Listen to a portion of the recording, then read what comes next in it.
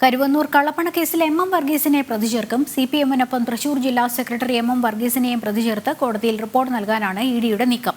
CPM-ന്റെ സ്വത്തുക്കൾ കണ്ടുകെട്ടിയതിന് പിന്നാലെയാണ് ഈ നടപടി. CPM, എം വർഗീസ് എന്നിവർക്കൊപ്പം 10 പേർ കൂടി പ്രതിപ്പട്ടികയിൽ ഉണ്ടാകും.